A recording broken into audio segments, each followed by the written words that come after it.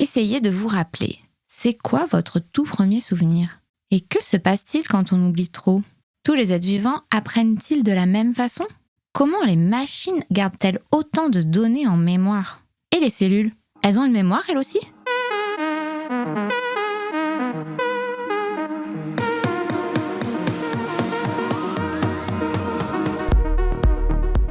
Bienvenue dans la FBM dans les oreilles, un podcast de vulgarisation scientifique de la faculté de biologie et de médecine de l'Université de Lausanne. Je m'appelle Nathalie Isors. Dans cette série dédiée à la mémoire, je vous propose d'explorer sa définition, ou plutôt ses définitions, puisqu'elles varient selon la discipline, psychologie, biologie, informatique ou encore histoire. Dans le précédent épisode, j'ai pris soin d'éviter une approche trop centrée sur l'être humain, en explorant les capacités cognitives, notamment la mémoire, chez d'autres animaux. Aujourd'hui, je vous invite à poursuivre ce détour en découvrant d'autres formes de mémoire parfois surprenantes. Je m'appelle Grégory Verdeil, je dirige une équipe de recherche. Il est privat-docent à la faculté de biologie et de médecine de l'Université de Lausanne au sein du département d'oncologie fondamentale. Et on s'intéresse aux interactions entre le cancer et le système immunitaire. Hein ? Quoi ? Le système immunitaire ? Vous me direz, aucun rapport avec la choucroute, enfin avec la mémoire. Mais détrompez-vous. En immunologie, on a aussi la mémoire immunologique, donc on a différents types de mémoire immunologique. Donc la principale, c'est de se rappeler des pathogènes qui nous ont déjà infectés une première fois. Et c'est là-dessus qu'est basé le principe de la vaccination, qui va permettre de nous protéger contre une réinfection par certains types de virus ou de bactéries. Comme par exemple le vaccin contre la rougeole ou encore le tétanos. C'est une mémoire qui est basée sur différents types de cellules. Dans le premier épisode, nous explorions notamment la mémoire à court terme et à long terme. Je me demande si cette mémoire cellulaire dont nous parle Grégory Verdeil pourrait être comparée à celle du cerveau. Est-ce qu'il y a aussi des cellules immunitaires qui se souviennent juste pendant quelques secondes d'un agent pathogène et d'autres qui le reconnaissent encore des années plus tard ? Alors tout dépend du type cellulaire étudié. Donc on a principalement deux types de réponses immunitaires. Donc on a une réponse qui s'appelle une réponse innée, qui est plutôt une réponse rapide contre les pathogènes et moins spécifique. L'immunité innée, c'est plutôt les sentinelles. Intruder alert. Et ces cellules-là, elles ont un type de mémoire qu'on appelle la training immunity. C'est ce que les spécialistes appellent depuis une dizaine d'années l'immunité entraînée, qui correspond à la mémoire de l'immunité innée.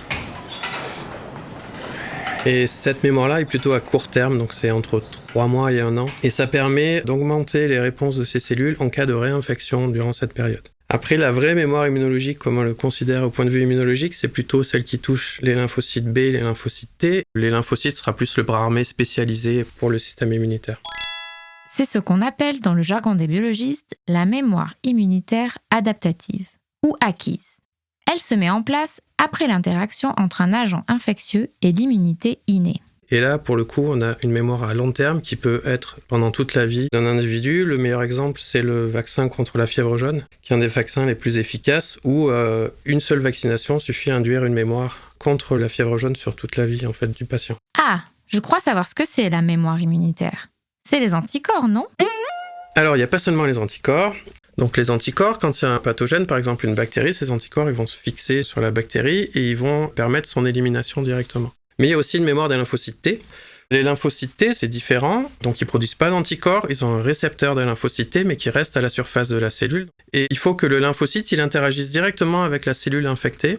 Et ces lymphocytes T ont aussi une part très importante dans la réponse contre les virus ou les bactéries. Ça a été mis en lumière dernièrement avec les infections au Covid, par exemple, où on s'est aperçu que la mémoire T était très très importante pour éviter que les patients rechutent ou étaient associés à des meilleures réponses chez les patients. Tous ces termes se finissant en site, ça fait vraiment beaucoup d'un coup. Mais en fait, c'est juste pour désigner différents types de cellules, en l'occurrence des cellules immunitaires. Et toutes ces cellules immunitaires, on les regroupe sous le terme de globules blancs.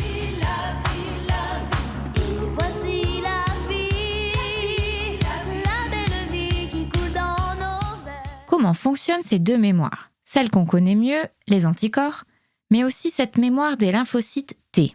Prenons l'exemple d'une infection par un microbe. La mémoire, elle va émerger dès les premières semaines après l'infection. Donc ce qui se passe, c'est que le pathogène, il va être reconnu par le système immunitaire, capable de reconnaître des bouts du pathogène. Certains bouts vont être reconnus directement par des lymphocytes B, donc par des anticorps. D'autres bouts plus petits vont être reconnus par des lymphocytes T. Donc une fois qu'il y a cette rencontre et qu'on est dans un contexte infectieux, les cellules vont proliférer, elles vont se différencier, devenir des cellules effectrices, mais aussi une partie de ces cellules seront des progéniteurs pour ces cellules mémoire. Et une fois que le pathogène va être éliminé, les cellules mémoire vont rester et vont s'établir et être présentes en cas de réinfection. Et donc ces cellules, si jamais le pathogène revient, Intruder alert. elles sont beaucoup plus efficaces à répondre, elles prolifèrent plus vite, elles produisent plus vite les molécules pour tuer les cellules infectées ou le pathogène. C'est un peu comme si ces cellules mémoire avaient un GPS ultra rapide pour se repérer et qu'elles n'avaient plus besoin de déplier leur carte en papier comme le feraient ces cellules naïves bien plus lentes. Tout cela, c'est grâce à des modifications épigénétiques de l'ADN. Mais pourquoi parle-t-on de modifications épigénétiques ? Alors c'est parce que c'est pas génétique. On va pas directement modifier l'ADN, ça va être des modifications qui vont permettre de jouer sur la structure plus de l'ADN, qui est plus ouverte quand la modification épigénétique permet l'expression d'une protéine. Et donc là, c'est clairement une mémoire. C'est une mémoire épigénétique. Certaines cellules immunitaires peuvent donc se rappeler de microbes, ou plus particulièrement de bouts de microbes. De quoi d'autre une cellule mémoire peut-elle se souvenir ? Donc elle va aussi se souvenir du lieu où a eu lieu l'infection. Si, par exemple, on s'est écorché la peau, puis un virus est rentré, donc l'infection a commencé au niveau de la peau. Et il y a un pool de ces cellules mémoire qui vont rester en fait à l'endroit où il y a eu l'infection, donc on les appelle les cellules mémoire résidentes, et qui vont rester localisées à cet endroit-là. Ces souvenirs immunologiques sont donc stockés au niveau du lieu initial de l'infection. Une sorte de mémoire locale. Et après, il y a un deuxième type de mémoire qui est plutôt la mémoire centrale. Elle peut être stockée dans le système lymphatique, donc au niveau des ganglions ou de la rate. Au moment où il y a une infection, donc l'immunité innée va pouvoir tuer certains pathogènes, les couper en petits bouts, et puis amener ces petits bouts dans ces ganglions pour présenter aux lymphocytes T, qui peuvent être aussi mémoire dans ce cas-là, pour la mémoire centrale. Et en particulier pour les lymphocytes B, elle peut être aussi stockée au niveau de la moelle osseuse. On a parlé précédemment de la première ligne de défense, la réponse immunitaire innée, qui est une sorte de mémoire à court terme. En quoi se distingue-t-elle des lymphocytes T et B de la mémoire immunitaire adaptative ? La principale différence, donc en plus de la durée, c'est la spécificité. On a dit que pour les lymphocytes, c'était un tout petit bout de protéine qui était reconnu. Dans le cas de la mémoire innée, ça va pas être spécifique d'un seul pathogène. Donc on est plus sur une différence de précision du souvenir. Donc c'est très vague dans le cas de l'immunité innée. Dans le cas de l'immunité adaptative, donc les lymphocytes, on a vraiment une réponse précise de ce qui s'est passé, du pathogène qui est arrivé, et on va être vraiment spécifique de ce pathogène. Prenons un exemple. Vous vous souvenez du 2e épisode de ce podcast ? Dans le cas de la mémoire de l'immunité adaptative, vous vous rappelleriez que ça parle de singes, qu'ils sont capables de reconnaître les scientifiques à leur casquette bleue, que vous aviez écouté cet épisode un matin dans le train et qu'il pleuvait ce jour-là. Alors que pour la mémoire de l'immunité innée, vous vous souviendriez juste d'avoir écouté un podcast. Quand elle fonctionne bien, la mémoire immunitaire, ou plutôt les mémoires immunitaires, permettent de nous défendre contre des pathogènes. Mais que se passe-t-il quand elles sont défectueuses ? Alors, il peut y avoir pas mal de problèmes. Dans le cas de l'immunité innée, un des problèmes, c'est les allergies, par exemple. Si jamais on rencontre un pathogène et que du coup, cette immunité innée est entraînée, elle a tendance à répondre plus fortement. Et elle peut répondre aussi plus fortement à des allergènes. Après, il y a pas mal de pathologies où on peut avoir aussi des défauts de formation de la mémoire. Donc c'est particulièrement le cas dans les cancers et les infections chroniques. Et je pense qu'on peut comparer ça à quand par exemple une personne est très fatiguée, elle a beaucoup de mal à se rappeler de ce qui s'est passé. Et c'est exactement la même chose avec ce genre de pathologie. Donc tant que le cancer est là, tant que l'infection est là, en fait le système immunitaire n'est pas capable de former une mémoire. Et même une fois qu'il est parti, la mémoire qui va être générée et qui peut survenir est beaucoup moins efficace qu'une mémoire qui a été faite dans une infection classique où le virus a été éliminé au bout d'une semaine. Je comprends désormais que la mémoire immunitaire peut être performante lorsque notre corps est en bonne santé. Mais je me demande quand même, qui a la meilleure mémoire finalement ? Les cellules, par exemple les globules blancs, ou plutôt nous les êtres humains ? Moi je dirais peut-être quand même la cellule, je sais que ça a beaucoup de mémoire. De mémoire, je pense que c'est compliqué, mais peut-être, en général, les cellules. Grégory Verdeil m'explique qu'en fait, tout dépend du type de cellule ou du type de globule blanc. Donc on a des lymphocytes, comme je disais, qui ont une mémoire à vie. On sait que par exemple pour certains vaccins, il faut faire des rappels pour que notre mémoire soit réactivée, ou sinon elle n'est pas suffisante, mais on a des vaccins où la mémoire dure vraiment toute la vie. Donc l'exemple de la fièvre jaune est vraiment typique. Donc dans ce cas-là, on a des très très bons souvenirs. Après, l'autre point, c'est que plus on vieillit, plus notre mémoire immunitaire aussi va être défaillante. Donc on va avoir tellement de souvenirs emmagasinés, tellement de lymphocytes T mémoire, qu'on va diminuer notre pool de lymphocytes T qu'on appelle naïfs, donc qui n'ont pas encore rencontré d'antigène. Et c'est ces cellules qui vont donner des lymphocytes mémoire par la suite. Et du coup, plus on avance dans l'âge, plus ça va être compliqué de monter une réponse mémoire satisfaisante. Donc ça, c'est assez similaire à nous. Donc plus on vieillit, plus on a du mal avec les souvenirs. Donc on se rappelle très bien des choses qui sont arrivées il y a 30 ans ou 20 ans, mais les choses qui sont passées hier, on a tendance à oublier. La mémoire des cellules et de notre cerveau ne sont donc pas du tout infaillibles. Existe-t-il alors quelque chose de plus performant ? Moi, je dirais plutôt l'ordinateur, parce que pour moi, une intelligence artificielle, elle doit être sur un ordinateur pour fonctionner, et l'ordinateur, on peut juste rajouter des disques, et pour moi, c'est ça qui a le plus de mémoire. Je pense que c'est l'intelligence artificielle, parce qu'elle a accès à toutes les informations que les humains ont mis dans des fichiers, donc elle a toute la connaissance humaine réunie en elle-même, donc pour moi, c'est l'intelligence artificielle. Moi, je dirais l'intelligence artificielle aussi. Je pense qu'il y a plus de potentiel niveau mémoire. Moi, je dirais aussi soit l'ordinateur, soit l'intelligence artificielle, parce qu'il y a des capacités de mémoire assez énormes et que c'est un peu enfin pas à l'infini, mais qu'on peut toujours rajouter plus de matière. L'autre jour, quand je voulais me connecter à mon compte mail, j'ai dû taper mon mot de passe. Et là, il y avait une case à cocher. Garder en mémoire. Je me suis dit, mais qu'est-ce qui se passe si je coche cette case ? Que va faire mon ordinateur ? Il y a la mémoire qu'on associe aux machines directement, donc tout ce qui est physique. Ce qu'on va enregistrer quand on clique sur un bouton, ça va être quelque chose qui sera une information assez simple stockée dans un disque dur. Donc il y a ce qui est par exemple le disque dur, la mémoire vive, qui sont des mémoires qu'on a dans les systèmes informatiques en général. Et puis après, il y a une deuxième couche qui est la mémoire qu'on a dans les modèles d'intelligence artificielle. C'est ce qu'on appelle la mémoire artificielle maintenant. La voix que vous venez d'entendre est celle de Jérémy Desprats. Je suis Principal Data Scientist dans le Centre de la science des données biomédicales, qui est rattaché au CHUV et puis à l'Université de Lausanne. Ce spécialiste des data nous explique qu'il ne faut pas confondre la mémoire physique de l'ordinateur, celle qui permet de stocker mon mot de passe, avec la mémoire associée à l'intelligence artificielle, une mémoire beaucoup plus complexe. Et puis là, il y a tout un système en fait, de stockage de l'information qui est différent, qui est appris sur la base de beaucoup d'informations, qui est collecté, qui est ensuite utilisé pour faire ce qu'on appelle de l'entraînement ou de l'apprentissage. C'est de là que vient ce terme en fait, d'apprentissage automatique ou machine learning en anglais. Les machines sont donc capables de mémoriser des données comme mes mots de passe, mais elles peuvent aussi apprendre. Si on prend l'exemple de mon travail, ce que j'essaie de faire au quotidien, c'est d'amener des outils d'intelligence artificielle au sein de l'hôpital pour améliorer la qualité des soins, le quotidien des patients, puis la manière dont fonctionne l'hôpital en fait. Une chose qu'on essaie de faire, c'est d'apprendre à partir de données qui sont collectées dans le cadre du travail à l'hôpital, donc les informations qui sont rentrées par les médecins, par les soignants dans le dossier électronique du patient. Et puis à partir de ça, on essaie d'apprendre de détecter des signaux de certaines maladies. Par exemple, on s'intéresse beaucoup au sepsis. Donc on a récolté ces informations, on a dit ici on a un cas de sepsis, ici on n'a pas de cas de sepsis. Et puis à partir de là, en fait, en présentant ces exemples à une machine, elle peut d'elle-même apprendre à reconnaître ces différents événements. On a désormais une meilleure idée de données qu'une machine peut mémoriser, comme ces données de santé. Mais si on fait l'analogie avec nous-mêmes, êtres humains, on peut retenir des informations sous forme d'images, de sons, mais aussi des goûts et des odeurs. Je me demande bien quelle forme peuvent prendre les souvenirs artificiels d'une machine. C'est une bonne question. En fait, en réalité, toute information qui est représentée sur un ordinateur, c'est finalement des nombres. Donc, c'est juste des 0 et des 1 qui sont ensuite formatés d'une certaine manière, qui ensuite peut être représenté à un écran comme une image, ou comme du son, ou comme du texte, par exemple. Comment ça fonctionne exactement l'apprentissage automatique ? Bon, je pense qu'on peut se représenter un modèle d'apprentissage automatique comme une grosse boîte avec plein de petits boutons.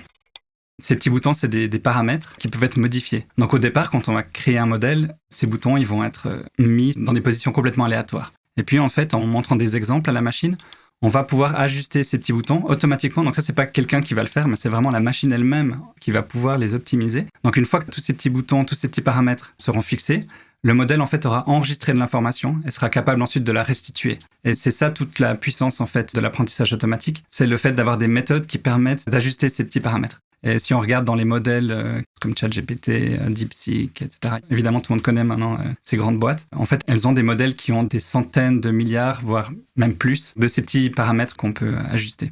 Chez les êtres humains, il y a plusieurs types de mémoire, en fonction par exemple de la nature ou de la durée du souvenir à conserver.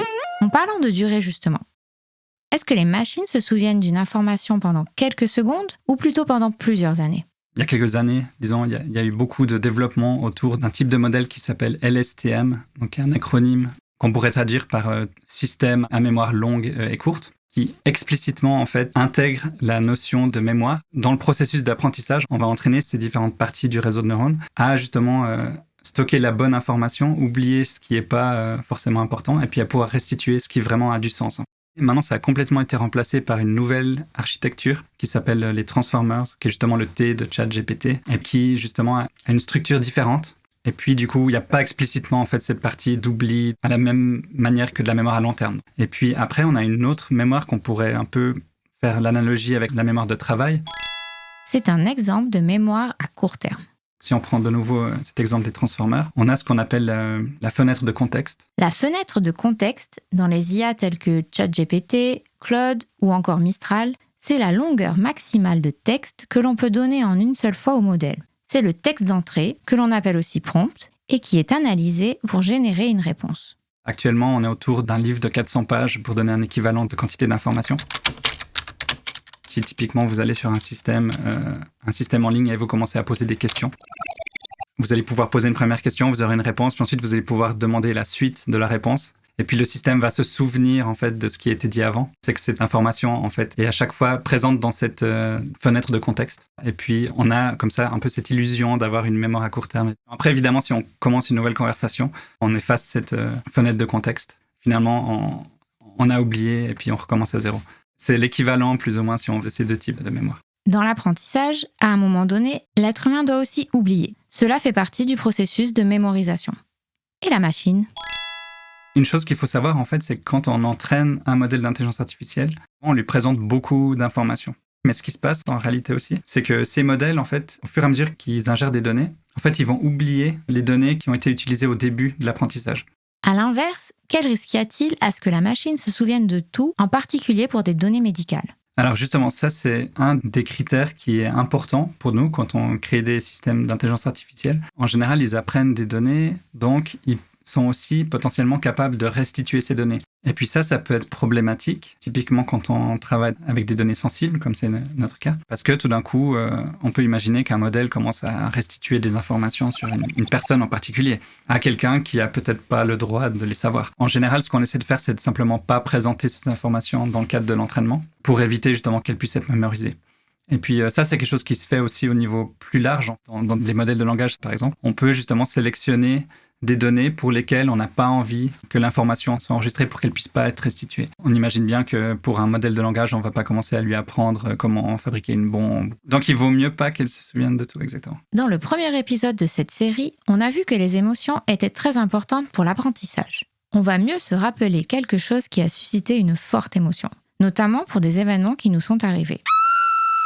Mais qu'en est-il de la mémoire artificielle ? Alors justement, vu que la machine n'a pas d'émotion, en fait, chaque information aura le même poids, si on veut, dans l'apprentissage. Donc, en réalité, c'est quelque chose qui peut être bien, mais c'est pas forcément quelque chose qui est souhaitable, parce que évidemment, certaines informations seront potentiellement de meilleure qualité qu'une autre. Si on imagine qu'on veut entraîner un modèle très générique, si on lui fait apprendre des choses sur Wikipédia, qui a une base de données extrêmement large et probablement assez correcte, on va avoir quelque chose de bonne qualité, on pourra poser des questions, avoir des bonnes réponses. Si par exemple on commence à aller chercher de l'information sur l'entier de l'Internet, même dans des forums obscurs, etc., et puis qu'on leur donne le même poids, au final, on aura probablement quelque chose qui ne sera pas terrible en fait. Même si elle n'a pas d'émotion, est-ce qu'on peut manipuler la machine et décider quels souvenirs on souhaite qu'elle retienne ? On peut artificiellement donner plus de poids à certaines données pour que justement elles soient plus représentatives dans le set de données d'entraînement et puis finalement que le modèle intègre plus cette information par rapport à une autre. Si on imagine dans le cadre de nos recherches, par exemple au CHUV, on a développé une plateforme qui permet justement aux médecins de pouvoir donner des avis sur des réponses qui sont générées par une intelligence artificielle sur des questions médicales, pour l'instant génériques. Quoi de neuf, docteur? Et puis l'idée ensuite, c'est qu'à partir de leurs réponses, on puisse finalement adapter le modèle pour qu'il soit plus proche de la manière dont on fait la médecine en Suisse et en particulier à Lausanne. Parce que évidemment, ces modèles, ils vont apprendre sur la base de grandes quantités de données, de la littérature scientifique, potentiellement partout dans le monde. Et puis évidemment, la manière dont on fait la médecine aux États-Unis, en Allemagne, en France, c'est pas nécessairement exactement la même chose que ce qu'on fait en Suisse. Peut-être on n'utilise pas exactement les mêmes médicaments, peut-être on a d'autres procédures. Donc les méthodes d'apprentissage qu'on va utiliser, c'est ce qu'on appelle l'ajustement fin, qui nous permet de prendre un modèle qui est entraîné et qui a déjà une grande base de données, et puis on va lui permettre justement de s'adapter à un contexte particulier. Et là, c'est toujours ces petits boutons qu'on va essayer de modifier un petit peu. Donc, on va les bouger de sorte à ce que les réponses soient plus adaptées à notre contexte. Est-ce que la machine est finalement plus performante que l'être humain en termes de mémoire et d'apprentissage ? Alors, il n'y a pas un qui est meilleur que l'autre, je dirais. Chacun a un peu ses avantages et inconvénients. Je ne suis pas biologiste, mais la manière dont je conçois, en fait, la manière dont on apprend les choses, c'est qu'on va pouvoir se souvenir assez facilement ou intégrer une information assez rapidement. Mais évidemment, on est faillible en fait parce que toute l'information qu'on va enregistrer, potentiellement, elle peut changer. À l'inverse, pour un système d'intelligence artificielle, la mémoire, en fait, elle sera fixe. Par contre, pour arriver justement à stocker cette information, il faut ce gros processus d'apprentissage qui demande justement de passer une quantité énorme d'exemples pour lesquels l'information, à travers une méthode qui s'appelle la rétropropagation, va pouvoir avoir une influence sur tous ces petits paramètres du système. Et puis, c'est vraiment ce processus itératif qui demande extrêmement beaucoup de données, extrêmement beaucoup de temps, et puis des ressources énormes en termes de puissance de calcul et d'électricité. Et puis, c'est clairement pas la manière dont un cerveau humain fonctionne. Ce qu'on peut apprendre, forcément, au bout d'un moment, ça sera limité. Tandis qu'une machine, on peut lui donner des quantités de texte phénoménales très rapidement. Tandis que pour un humain, si il fallait qu'il commence à lire l'entier de ce qui a été publié, ça lui prendrait toute une vie. Donc, dans ce sens-là, c'est clair que la machine est plus performante et puis va pouvoir stocker plus d'informations. Des avantages, mais aussi des inconvénients pour les deux. Difficile de désigner le champion de la mémoire. Et c'est pour ça que probablement ce qui va fonctionner le mieux, c'est le couplage des deux. Donc c'est un humain qui utilise de l'intelligence artificielle. C'est avec cette conclusion que s'achève le premier volet de ce voyage au cœur des mémoires. Qu'elles soient humaines, animales, végétales, cellulaires ou artificielles. Mais selon vous, qui a le plus de mémoire alors ? À mon avis, un être humain ou un animal a une mémoire très différente d'un ordinateur ou d'une cellule parce que la mémoire d'un ordinateur ou d'une IA, elle va être basée sur les données qu'elle collecte et donc elle va être dépendante en soi des données qui sont fournies sur Internet par des êtres humains. Tandis que les données des êtres humains ou des animaux ou des plantes, elles sont créées de manière naturelle par des expériences vécues. Je dirais que quand même la mémoire, que ce soit d'un ordinateur ou d'une intelligence artificielle, elle est limitée par la place, tandis que la mémoire de la cellule ou des animaux est un poil moins limitée par rapport à ça. Mais du coup, j'aurais tendance à dire que plutôt que la cellule a plus de mémoire. Je pense par exemple que les humains ont une mémoire du corps que les ordinateurs et les IA n'ont pas. Et ce serait quelque chose que je pourrais imaginer que les cellules et d'autres êtres vivants auraient. Après, dans la mémoire des ordinateurs et des IA, c'est vrai qu'il y a plus d'informations très précises, mais je pense pas que ce soit forcément à mettre en concurrence avec la mémoire des êtres vivants. La FBM dans les oreilles, un podcast de vulgarisation scientifique. Cet épisode fait partie de la série spéciale Les Mémoires, réalisée par moi-même, Nathalie Isors, de l'unité de communication de la FBM, avec le soutien éditorial de Clara Soucoupe et Mélanie Affentranger. Musique du générique par Attrick. Mixage par Julien Maté.